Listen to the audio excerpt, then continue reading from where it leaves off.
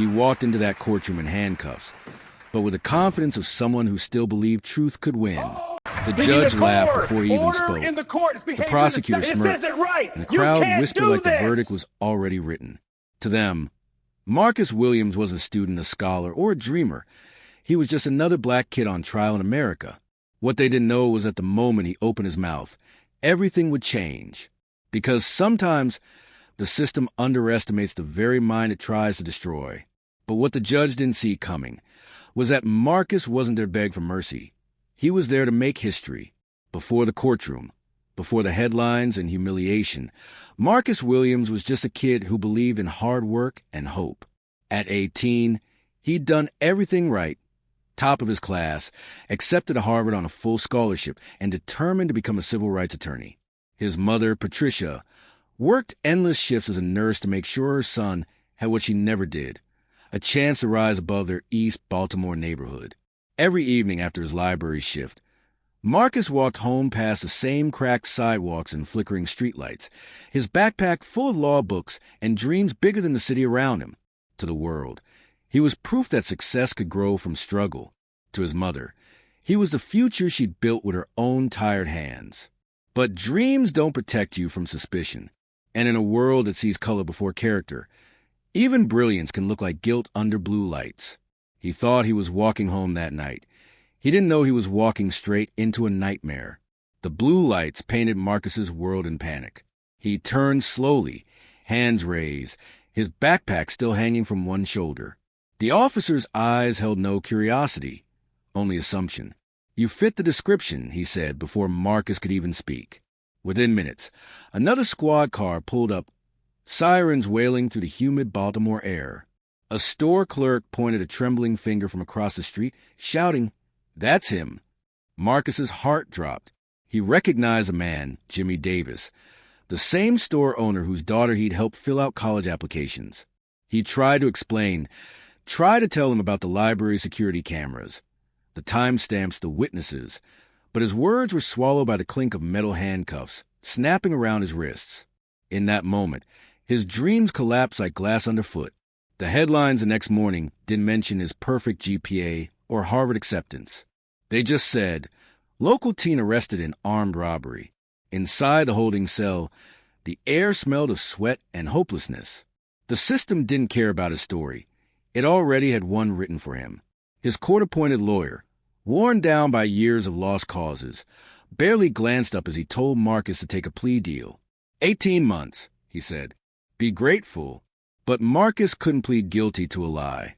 Days turned into weeks as he watched his mother pawn her wedding ring to cover legal fees, her face aging in real time under the weight of injustice. Neighbors whispered, co-workers turned cold, and the world that once praised him now treated him like a headline they couldn't wait to forget. Still, Marcus refused to fold.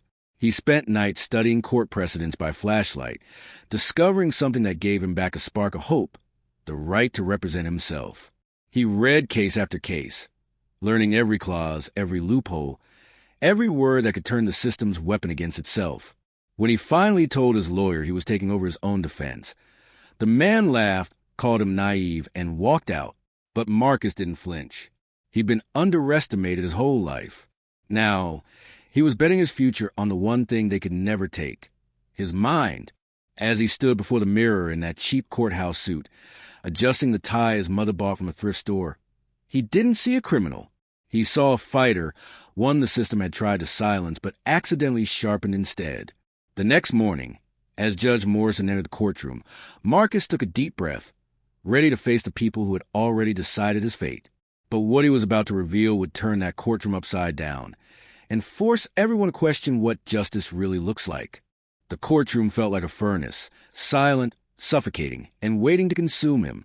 Every eye was fixed on Marcus as he stood before the jury, his palms slick with sweat, his heart pounding so loud it drowned out his own thoughts. The prosecutor's words still echoed in the air, painting him as a dangerous young man with a chip on his shoulder and a motive to steal. But Marcus wasn't that man. He'd never been. He took a slow breath, lifted the stack of papers in his trembling hands, and began to speak. Not like a lawyer, but like someone fighting for the right to exist. His voice cracked at first, uncertain, but each sentence found strength. Each truth hit harder. He told them where he'd been that night, how the library cameras prove his alibi, how the witness who identified him had been coached. He pointed out the inconsistencies the defense had ignored, the missing timestamps, the altered footage, the officer's mismatched report. Every word was a spark in that dark room. But the real explosion came when Marcus revealed something no one expected. The officer who arrested him had been previously investigated for racial profiling twice. The courtroom erupted in gasps. The prosecutor froze. The judge's gavel slammed down, but the truth was already out. For the first time since his arrest, Marcus saw cracks forming in the wall of indifference that had trapped him. Still, victory was far from certain. The prosecutor recovered, twisting his words, trying to cast doubt. "Are you accusing a decorated officer of lying?" he sneered. Marcus held his ground. "I'm accusing a system of being blind when it's convenient." The jury shifted uneasily. His mother sat in the back row, tears streaming silently, clutching her hands so tightly they turned white. Every moment hung heavy, teetering between redemption and ruin. Then came the officer's turn to testify. His voice was cold, his story rehearsed. But when Marcus projected the library footage onto the courtroom screen, silence fell again. There he was, Marcus, at the exact time of the robbery, quietly shelving books in an empty aisle. The timestamp glowed like a beacon of truth. The officer's face drained of color. The prosecutor stumbled over his objections. The judge overruled. And for a moment, time seemed to stop. Marcus didn't smile. He didn't celebrate. He just looked around that courtroom. The same faces that had condemned him now forced to watch the system they trusted unravel. "You didn't see me," he said softly, "because you never tried to." His voice trembled, not with fear, but with years of buried anger. The jury forewoman wiped a tear from her cheek. The prosecutor sat down, defeated. The judge cleared his throat and called for order, but the room was already holding its breath. When the verdict was finally read, not guilty, the sound was almost too quiet for the weight it carried. His mother's cry broke the silence, raw and trembling, echoing through the hall like a song of release. But as Marcus stepped outside, the flashing cameras and shouting reporters fell hollow. He was free, yes, but so much damage had already been done. His reputation, his dreams, his faith in the world. He realized freedom didn't erase the scars. It only made them visible. The officer who framed him walked away with a suspension. The system moved on. And Marcus? He walked home under the same flickering streetlights that once led him into fear, knowing that every step forward now carried a story the world could no longer ignore. He paused at the corner, staring into night sky, and whispered to himself, "They tried to break me, but they built something stronger." What he didn't know was that this wasn't the end. It was only the beginning of something much bigger. Marcus never forgot the sound of that verdict. The words, "not guilty," echoing through the courtroom like a lifeline and a warning all at once. He walked out a free man, but not the same one who'd walked home that night. The chains they tried to put on his name, his future, his very identity, had left invisible marks that no verdict could erase. For months, sleep was a stranger. Every police siren made his chest tighten. Every sudden noise dragged him back to that moment under flashing lights, when a simple misunderstanding nearly became a death sentence. He went back to school, but the classroom felt different now. The books that once inspired him to fight for justice now felt heavier, their pages filled with stories that sounded too much like his own. But instead of breaking him, it reshaped him. Marcus began to speak publicly, to schools, to churches, to anyone who would listen, about the reality of being seen as a threat before being seen as human. He stood on stages where people once looked away, and forced them to face the truth, that the system wasn't just flawed, it was designed to look the other way when color became the crime. Reporters called his case a wake-up call. But for Marcus, it wasn't new. It was just another chapter in a story written long before he was born. He founded a small nonprofit called Second Sight, dedicated to helping wrongfully accused people of color clear their names and reclaim their futures.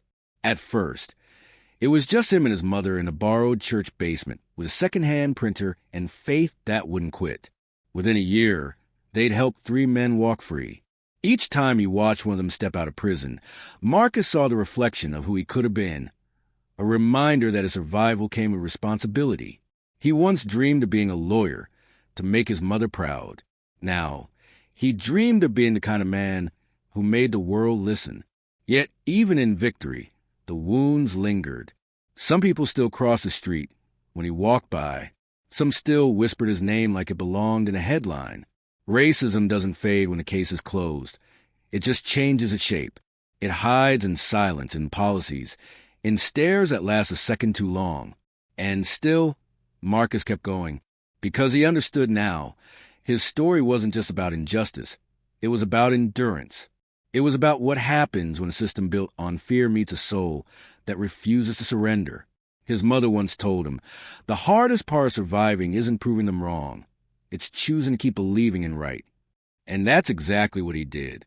He chose to believe that voices can change laws, that stories can shift hearts, that one moment of truth can ripple into a movement. Marcus's story spread across the country, shared in classrooms, documentaries, and conversations at dinner tables. But as he often said, don't let my freedom be the end of the story. Let it be the beginning of your awareness. Because Marcus made it home that night, but countless others didn't. And behind every name we remember, there are hundreds we never hear. So the question isn't whether his story moved you. The question is, what will you do with the weight of it? Will you carry it, share it, act on it? Or will it fade like another headline? Another moment of outrage that dies in silence? The fight for justice doesn't end when one man walks free. It begins when enough people decide that no one else should have to.